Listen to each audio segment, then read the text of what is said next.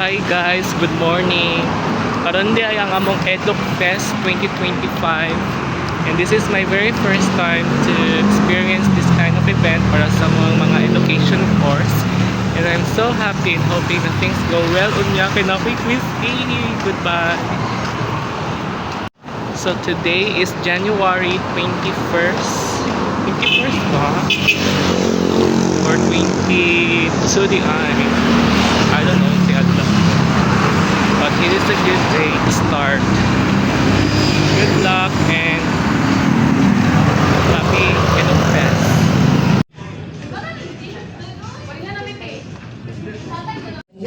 For an audiovisual presentation and remain standing for the Son, the Holy Spirit. Amen. Presentation and recognition program with the theme One Vision, One Mission, advancing education through harmony, integrity, and innovation. The person of Dr. Carl Campos, respected faculty members, the teacher education.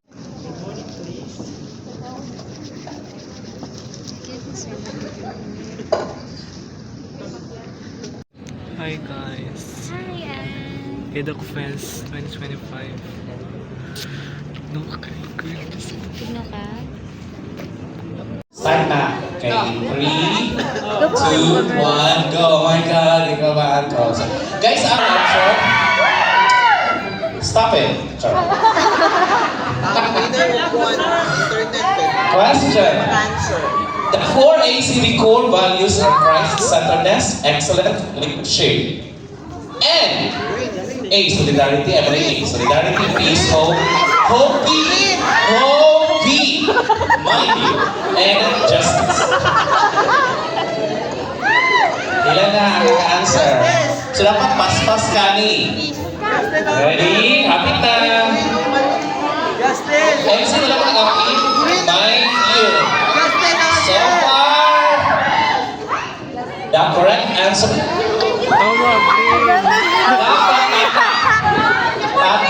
Mali mong answer. Mind you. An assumptionist who is faith-motivated primarily shows which trait? Focus on scientific reasoning alone, deep commitment to gospel values, kanang yellow, strict academic discipline. Okay, pas-pasay ni answer kay top 20 na kung kung niya or 25. The correct answer is blue. Deep commitment to gospel values is correct. Education-centered means that an assumptionist focuses on human development, disregards environmental issues, respects and cares for God's creation, prioritizes technology over nature.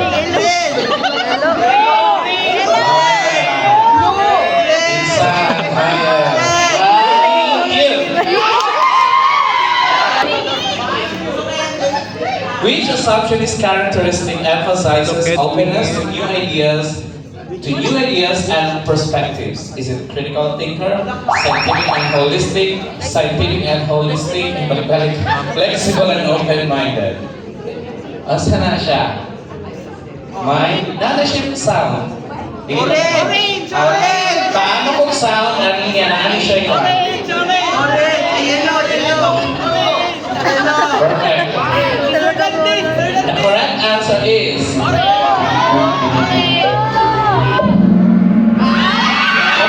and open-minded. Okay, next. A BE graduate is expected to demonstrate which of the following? Mastery in one subject only,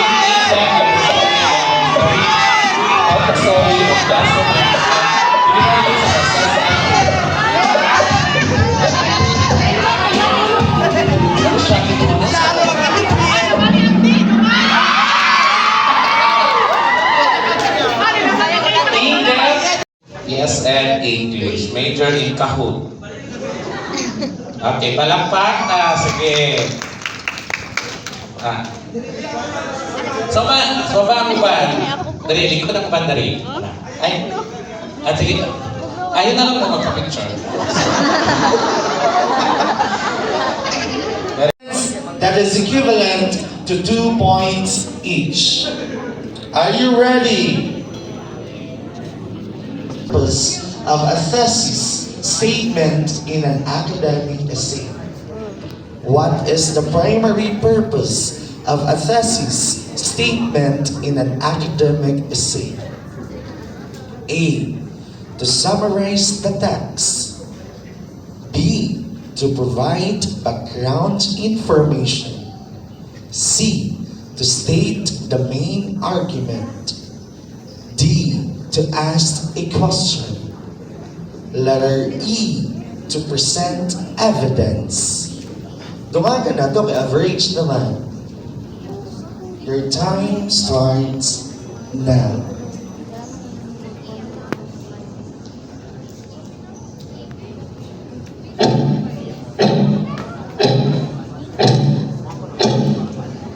Okay, boards up.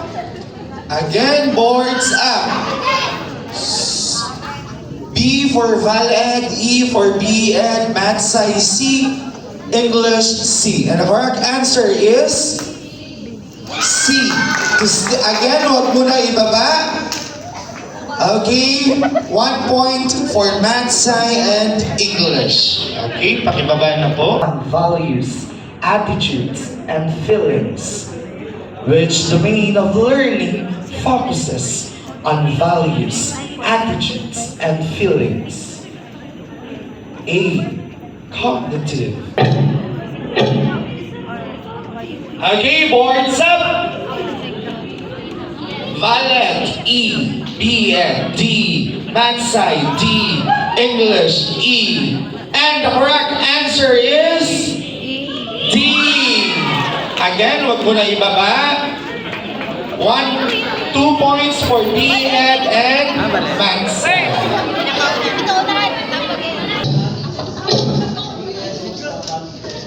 Okay, time's up. Boards up for Val-Ed. E, B-Ed, E, Math Sci, E, English, E. And the correct answer is correlation.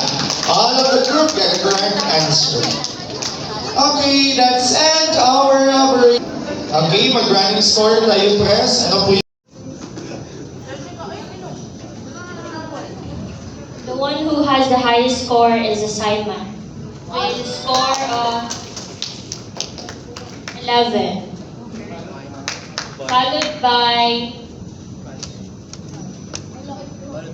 B-Ed and Val-Ed with the same score,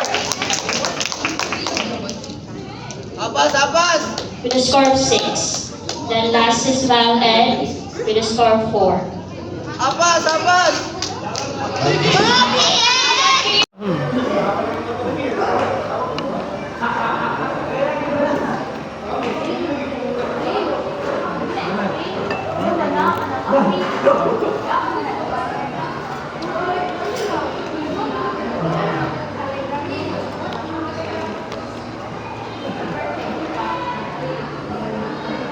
Mag-ilis pa kaya ako? Or wag nila? Mag-ilis ako na?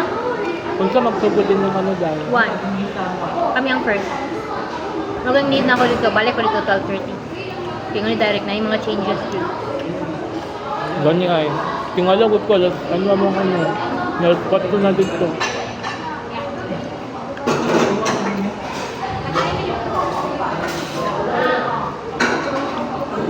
Wala man ang gawas akong gipang review dahil eh. Itong mga RA 4670 nga Magna Carta for Public School Teachers. Itong mga amended law sa mga K-12 wala oh. Ang nanggawas dito kay puros issue sa Philippines nga related karon og katong naging tuig. Utay katong flood control, sa reason nga no naingon ato. At diba corruption. Kay katong naging tuig 2022 sa tunga country nagpatay, nagira. Diba Palestine man to Ukraine. Okay. Layo tayo.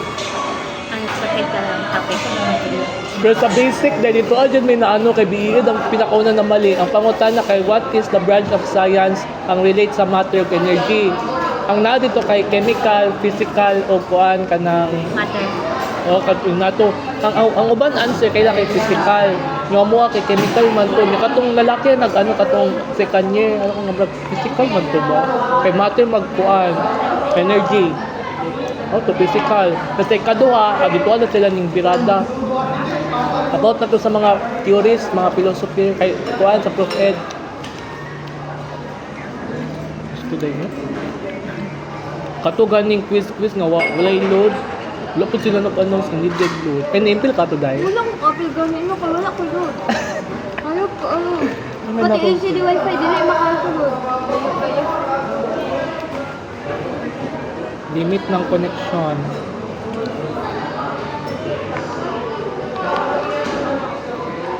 Pero pag inunaron, nakita man ako sa post na naandiyan may recognition na sa Dinlist eh. Basta EdUcFest. Nga pagkasunod kay sa second semester na po nga recognition about sa ano. Ano mo dahil? Pasok mo sa Dinlist. Tuloy, ano ko dito ang ikaw ba? Ang ano ako ba kay base ma-rank off ba ang 93.75 into 94 or 93.75 yun ang GWA. Ano lang, Kay sa high school biya kay pag ang average mo kay kung unsa to kay mao jud yung ano. Pero kung subject ko lang ang kuan, pwede siya ma-round off.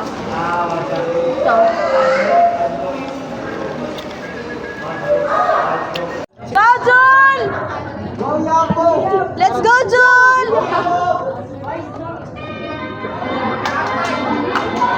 Kapate na ako si Juliana.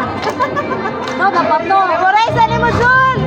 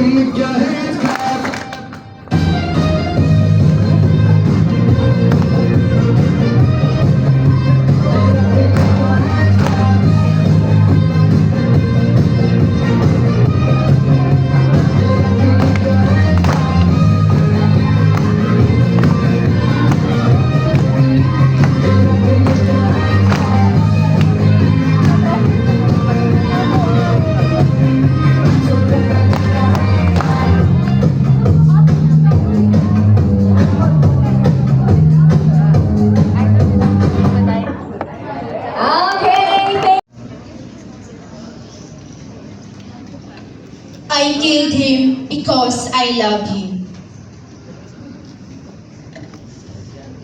Honorable Judge, gentlemen of jury, people of the Philippines, judge me. Am I guilty or not guilty? But before you sentence me to death, let me tell to you my story. There was a young girl, 17 years of age, with curvaceous body, 36, 24, 26. A long hair and sizzling eyes, being rich as she was. She studied at an inclusive school. Oh my gosh! I met this guy! He's the best player in our basketball team. And he's the heartthrob of our school. Oh my gosh! His name? Guess what? Who? Ruby Sandalian. Is it sweet? Oh my gosh! We became friends! We became friends!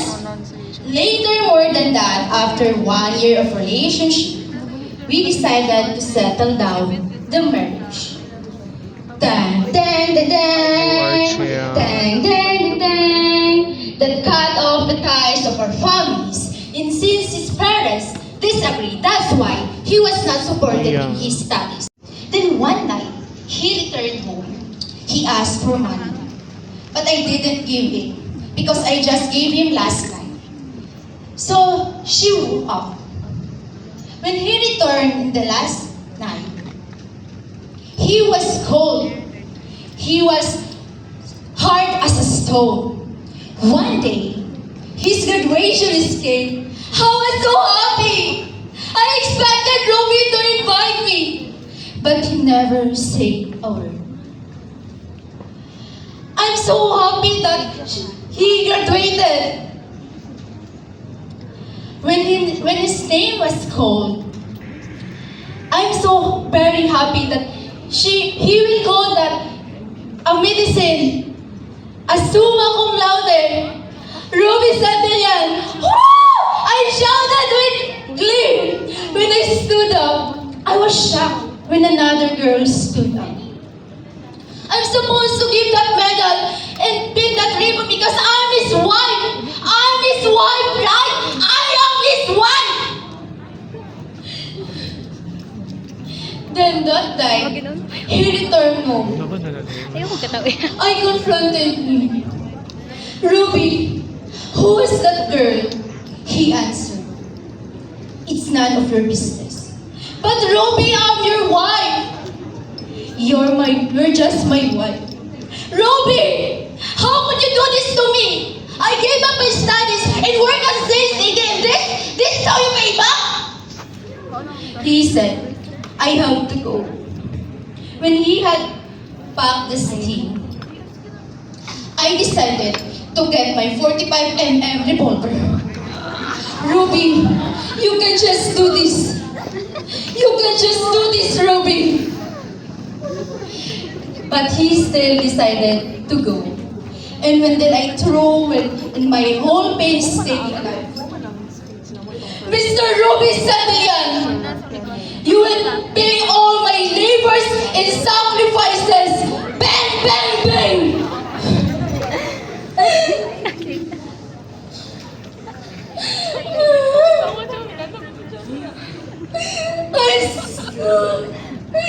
I showed him Ruby. I had killed him with my parents. I had killed him. I'm so sorry. I'm so sorry, Ruby. I'm so sorry. And now, Honorable Judge, gentlemen of the jury, people of the Philippines, judge me. Am I guilty or not guilty?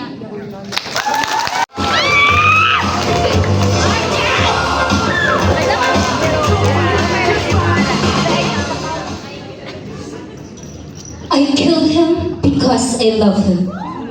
Honorable Judge, gentlemen of the jury, people of the Philippines, judge me. Am I guilty or not guilty? But before you sentence me to death, let me tell you my story.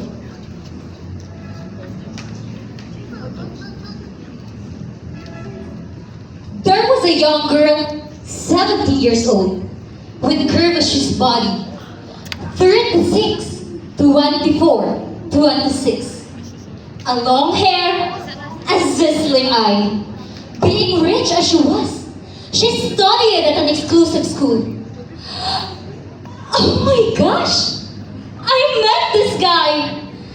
He's the best player in our basketball team, and he's the heartthrob of our school.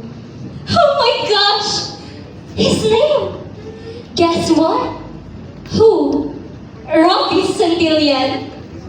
Isn't he sweet? Oh my gosh, we became friends! We became friends!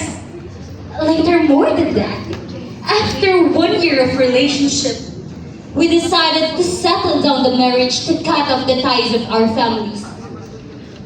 And since his parents disagreed, that's why he was not supported in his studies. So, I decided to give up my studies and to work as a sales lady in the supermarket. Then one night, he returned home. He asked for money but I could give him, for I just gave him last night. So he walked out the door. The next day, he returned home. He was cold as ever and hard as a stone.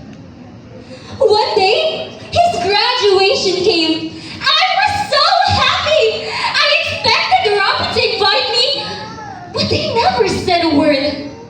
I didn't mind it. I still attended his graduation ceremony.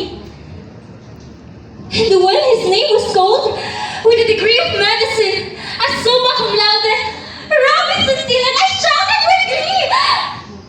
And when he stood up, I was shocked when another girl stood up and gave that medal to him. I'm supposed to give that medal and pin that ribbon because I'm his wife. I am his wife, right? I am his wife! But did that please a thought pain? When he returned home that night, I confronted him. Robbie! Who is that girl? I asked. He answered, "It's none of your business," he said. "But Robbie, I'm your wife! You're just my wife! Robbie, how could you do this to me? I gave up my studies and work as a slave, as a sales lady, and this is how you pay back? I have to live," he said. And when he had packed his things, I decided to get my 45mm revolver. "Robbie, you can just leave me. You can just leave me, Robbie!" "Honey, you can do this. Be calm. Be calm.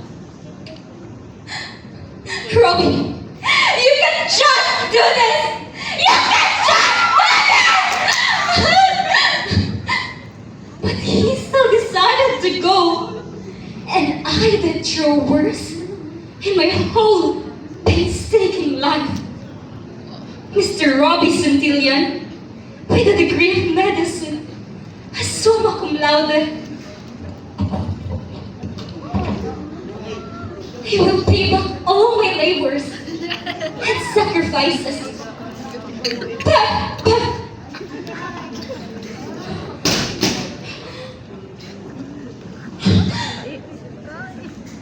I shot him. Robbie! I just killed him! I killed him with my bare hands! I'm so sorry!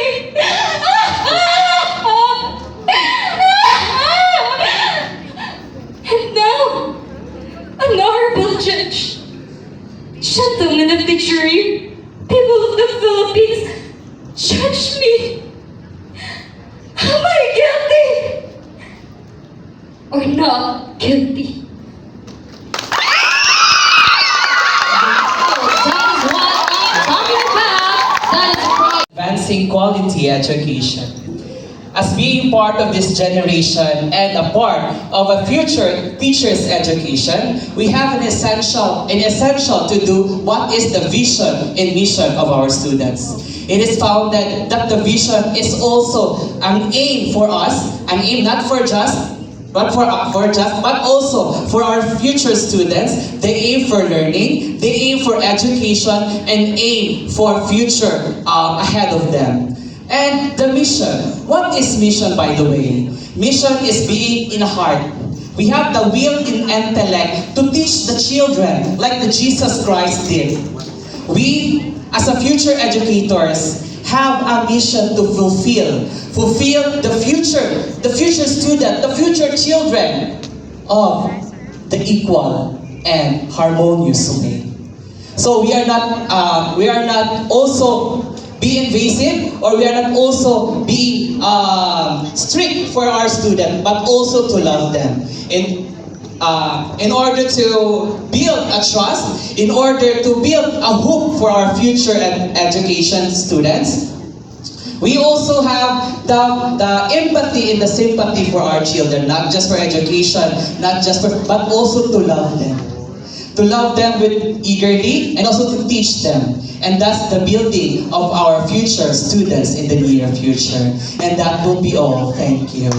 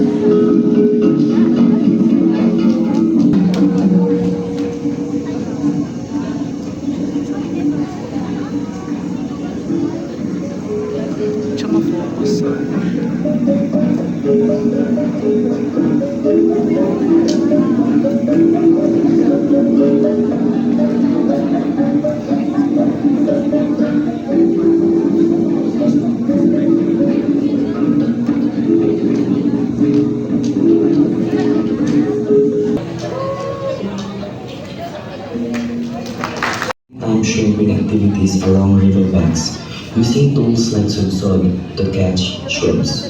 It is performed in the riverbank barangays of Tambak and Poblacion in New Washington, Aklan, and is a significant part of community's heritage, honoring their fishing traditions and way of life.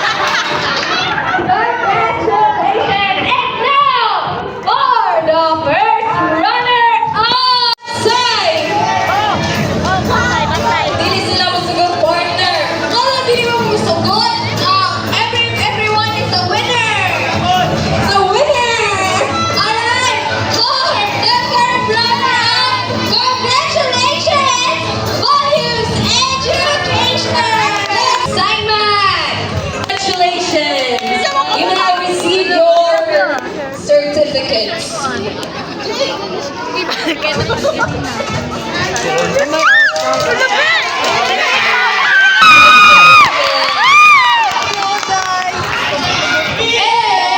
Hala! Di ba siya matungkuan? Champion na to ni Agi.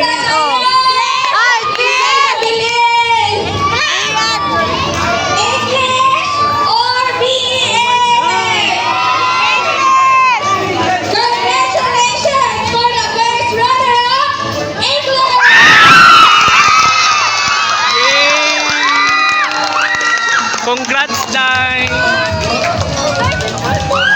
Ah, perfect kay ka, Archie. Champion.